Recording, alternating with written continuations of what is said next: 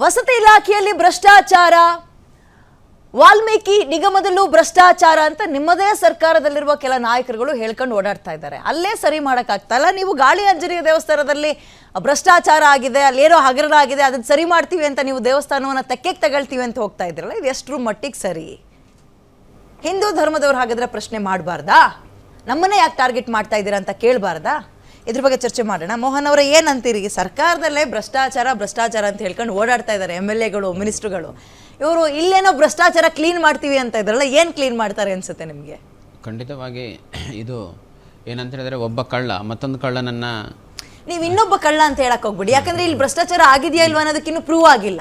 ನಾವೇ ಇವ್ರನ್ನು ನಾವು ಕನ್ಸಿಡರ್ ಮಾಡ್ದಂಗೆ ಆಗ್ಬಿಡುತ್ತೆ. ಹೌದೌದು. ಅಂದರೆ ಈಗ ಏನಾಗತ್ತೆ ಅಂತ ಹೇಳಿದ್ರೆ, ಸರ್ಕಾರ ನೀವು ಹೇಳಿದಾಗೆ ಪ್ರತಿಯೊಂದು ಇಲಾಖೆಗಳು ಇವತ್ತು ಭ್ರಷ್ಟಾಚಾರದಿಂದ ತಾಂಡವಾಡ್ತಾ ಇದೆ. ಪ್ರತಿಯೊಂದು ಇಲಾಖೆ, ಇವನ್ ಮುಜರಾಯಿ ಇಲಾಖೆಯಲ್ಲೇ ನನ್ನ ಹತ್ರ ಸಾಕಷ್ಟು ರಿಪೋರ್ಟೇ ಇದೆ. ನನ್ನ ಹತ್ರ ಅದು ಸಂಬಂಧಪಟ್ಟಂಥ ಕೇವಲ ಇದಲ್ಲೇ ಆಡಿಟ್ ರಿಪೋರ್ಟೇ, ನಾನು ಕೊಲ್ಲೂರು ಮೂಕಾಂಬಿಕಾ ಟೆಂಪಲ್ದು RTI ಅಡಿಯಲ್ಲೇ ತೆಗೆದುಕೊಂಡು ಆಡಿಟ್ ರಿಪೋರ್ಟೇ ಹೇಳುತ್ತೆ.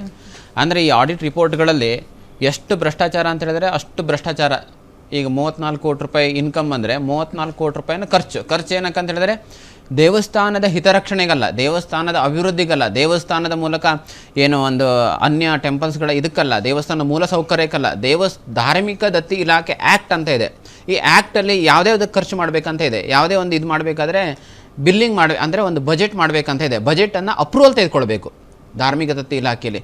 ಇವತ್ತು ಅಪ್ರೂವಲ್ ತೆಗೆದುಕೊಳ್ಳದೆ ಧಾರ್ಮಿಕ ದತ್ತಿ ಇಲಾಖೆಯ ರೂಲ್ಸಿಗೆ ವಿರುದ್ಧವಾಗಿ ಈಗ ಶಾಲೆ ಯೂನಿಫಾರ್ಮಿಗಾಗಿ 50 ಲಕ್ಷ ರೂಪಾಯಿ ಕೊಟ್ಟಿದ್ದಾರೆ. ಆ ಯೂನಿಫಾರ್ಮಿಗಾಗಿ 50 ಲಕ್ಷ ರೂಪಾಯಿ ಕೊಟ್ಟಿದ್ದೇನೆ ಅಂತ ಹೇಳಿದರೆ, ಆ 50 ಲಕ್ಷ ರೂಪಾಯಿ ಕೊಟ್ಟಿದ್ದು ಬಿಲ್ಸ್ ಇಲ್ಲ, ರೆಕಾರ್ಡ್ಸ್ ಇಲ್ಲ. ಯೂನಿಫಾರ್ಮಿಗೆ ಈಗ ಎಜುಕೇಷನ್ ಡಿಪಾರ್ಟ್ಮೆಂಟ್ ಇದೆ. ಈಗ ಇದರಲ್ಲಿ ಹೇಳ್ತಾರೆ, ಆರೋಗ್ಯ ಇಲಾಖೆ ಏನು ಪ್ರಾಥಮಿಕ ಚಿಕಿತ್ಸಾ ಸೆಂಟರ್ ಏನಿದೆ, ಅವರು ಅಲ್ಲಿ ಹಣ ಕೊಟ್ಟಿದ್ದೇವೆ ಅವರಿಗೆ ಎಂಪ್ಲಾಯ್. ಈಗ ಆರೋಗ್ಯ ಇಲಾಖೆ ಇರೋದು ಯಾಕೆ? ಅದು ಅಲ್ಲಿ ಸಾವಿರಾರು ಕೋಟಿ ರೂಪಾಯಿ ಬಜೆಟ್ ಅನ್ನ ಆರೋಗ್ಯ ಇಲಾಖೆ ಹೆಲ್ತ್ ಡಿಪಾರ್ಟ್ಮೆಂಟ್ ಅನ್ನ ಮಾಡ್ತಾರೆ. ಹೆಲ್ತ್ ಡಿಪಾರ್ಟ್ಮೆಂಟ್ ಇಂದ ಕೊಡುವಂತ ಸಂಬಳವನ್ನ ಕೊಲ್ಲೂರು ಮೂಕಾಂಬಿಕಾ ಟೆಂಪಲ್ ಇಂದ ಯಾಕೆ ಕೊಡ್ತಾರೆ? ಈಗ ಜಿಲ್ಲಾಧಿಕಾರಿಗಳ ಜೆರಾಕ್ಸ್ ಮಷಿನ್ ಅನ್ನ ಕೊಡ್ತಾರೆ. ಜಿಲ್ಲಾಧಿಕಾರಿಗಳು ಯಾರಾದರೂ ಅಧಿಕಾರಿಗಳು ಕೊಲ್ಲೂರು ಮೂಕಾಂಬಿಕಾ ದೇವಸ್ಥಾನಕ್ಕೆ ಹೋದ್ರೆ 50,000 ರೂಪಾಯಿ ಅಲ್ಲಿ ಪೆಟ್ರೋಲ್ ಬಿಲ್ ಅನ್ನ ದೇವಸ್ಥಾನದ ಹಣದಿಂದ ತುಂಬುತ್ತಾರೆ. ಅಂದ್ರೆ ನಾನು ಹೇಳ್ತಾ ಇರೋದು, ಸರ್ಕಾರದ ದೇವಸ್ಥಾನದ ಅಧಿಕಾರಿಗಳೇ ಇಷ್ಟು ಕೋಟ್ಯಾಂತರ ರೂಪಾಯಿ ಭ್ರಷ್ಟಾಚಾರವನ್ನು ಮಾಡ್ತಾ ಇದ್ದಾರೆ. ಇಷ್ಟು ಕೋಟ್ಯಾಂತರ ರೂಪಾಯಿ ಭ್ರಷ್ಟಾಚಾರ ನಡೀತಾ ಇದೆ. ಇದರ ಮೇಲೆ ಸಂಬಂಧಪಟ್ಟ ಅಧಿಕಾರಿಗಳ ಮೇಲೆ ಏನೂ ಕ್ರಮ ತೆಗೆದುಕೊಳ್ಳಿಲ್ಲ, ಅವರನ್ನು ಸಸ್ಪೆಂಡ್ ಮಾಡಿಲ್ಲ. ಅಂದರೆ ಈ ರೀತಿ ಭ್ರಷ್ಟಾಚಾರ ತಾಂಡವಾಡ್ತಾ ಇರಬೇಕಾದ್ರೆ ಇವರು ನಾವು ಖಾಸಗಿ ದೇವಸ್ಥಾನಗಳನ್ನು ಯಾವುದೋ ಒಂದು ಭ್ರಷ್ಟಾಚಾರದ ನೆಪ ತೆಗೆದುಕೊಂಡು ಆ ದೇವಸ್ಥಾನವನ್ನು ಸರಿ ಮಾಡ್ತೇವೆ, ಅದರ ಲೆಕ್ಕಪತ್ರವನ್ನು ಸರಿ ಮಾಡ್ತೇವೆ ಅಂತೇಳಿ ಇವತ್ತು ತೆಗೆದುಕೊಳ್ತಾರಲ್ಲ, ನಾಳೆ ಆ ದೇವಸ್ಥಾನದಲ್ಲೂ ಅಷ್ಟೇ ಅದಕ್ಕೂ ಹೆಚ್ಚು ಪ್ರಮಾಣದಲ್ಲಿ ಅಲ್ಲಿ ಅದೇ ಭ್ರಷ್ಟಾಚಾರ ಮಾಡಿದ್ರೆ ಆ ದೇವಸ್ಥಾನದ ರಕ್ಷಣೆ ಮಾಡುವವರು ಯಾರು?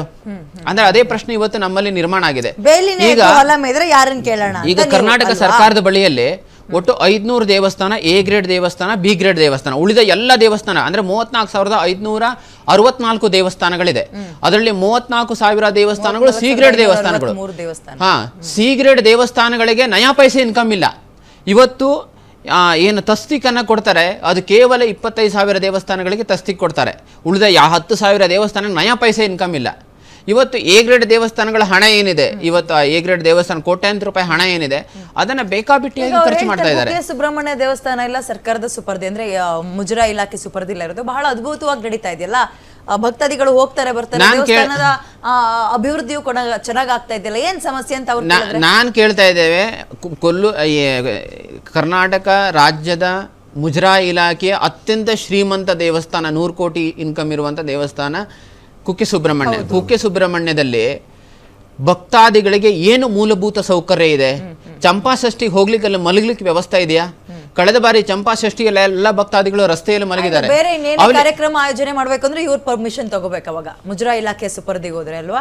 ಅಂದ್ರೆ ಮುಜರಾಯಿ ಇಲಾಖೆಯಲ್ಲಿ ಆ ದೇವಸ್ಥಾನದ ಏನು ಹಣ ಏನಿದೆ, ಆಯಾ ದೇವಸ್ಥಾನದ ಹಣದ ಯಾವ ರೀತಿ ಇದು ಮಾಡಬೇಕು, ದೇವಸ್ಥಾನದ ವ್ಯವಸ್ಥಾಪನಾ ಸಮಿತಿ ಸರ್ಕಾರನೇ ರಚನೆ ಮಾಡುತ್ತೆ. ಮಾತ್ರ ಅಲ್ಲಿ ಏನೇ ಕಾರ್ಯಕ್ರಮ ಆಯೋಜನೆ ಮಾಡಿದ್ರೆ ಇವ್ರ ಕಂಟ್ರೋಲ್, ಇವರೇ ಸರ್ಕಾರನೇ ನಿಯಂತ್ರಣ ತೆಗೆದುಕೊಳ್ಳೋದು. ಸರ್ಕಾರನೇ ಅದನ್ನ ಇದು ಮಾಡಬೇಕು, ಸರ್ಕಾರನೇ ಅದಕ್ಕೊಂದು ಪ್ಲಾನಿಂಗ್ ಮಾಡಬೇಕು, ಸರ್ಕಾರನೇ ಅದಕ್ಕೆ ಅಪ್ರೂವಲ್ ಕೊಡಬೇಕು. ಸರ್ಕಾರದ ಅನುಮೋದನೆ ಮೇರೆಗೆ ಈಗ A ಗ್ರೇಡ್ ಟೆಂಪಲ್ ಅಂದ್ರೆ ಡೈರೆಕ್ಟ್ ಆಗಿ ಮುಜರಾಯಿ ಇಲಾಖೆ ಮಿನಿಸ್ಟರ್ ಮತ್ತೆ ಮುಜರಾಯಿ ಕಮಿಷನರ್ ಅಡಿಯಲ್ಲೇ ಬರುತ್ತದೆಲ್ಲ. ಸ್ವನಿರ್ಧಾರ ಏನಿಲ್ಲ, ಸರ್ಕಾರ ಇದು ಮಾಡ್ಬೇಕು. ನಾನು ಹೇಳ್ತಾ ಇರುವಂತದ್ದು, ಅಷ್ಟು ಇನ್ಕಮ್ ಇರುವ ದೇವಸ್ಥಾನಗಳಲ್ಲೇ ಇವರಿಗೆ ಮೂಲಭೂತ, ಈಗ ಪಕ್ಕದ ಧರ್ಮಸ್ಥಳವನ್ನು ನೋಡಿ, ಇಲ್ಲಿ ಪಕ್ಕದ ಕುಕ್ಕೆ ಸುಬ್ರಹ್ಮಣ್ಯವನ್ನು ನೋಡಿ, ಎಷ್ಟು ಅಜಗಜಾಂತರ ವ್ಯತ್ಯಾಸ ಇದೆ.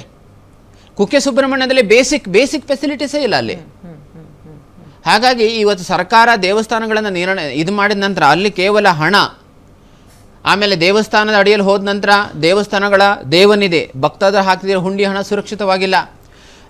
ಟೆಂಪಲ್ ಲ್ಯಾಂಡ್ ಈಗ ಕರ್ನಾಟಕ ರಾಜ್ಯದಲ್ಲಿ AT ರಾಮಸ್ವಾಮಿ ರಿಪೋರ್ಟ್ ಹೇಳ್ತಾರೆ, ಇಡೀ ಬೆಂಗಳೂರು ನಗರದಲ್ಲಿ ಸರ್ಕಾರಿ ದೇವಸ್ಥಾನದ 1,000 ಸರ್ಕಾರಿ ದೇವಸ್ಥಾನ ಇದೆ.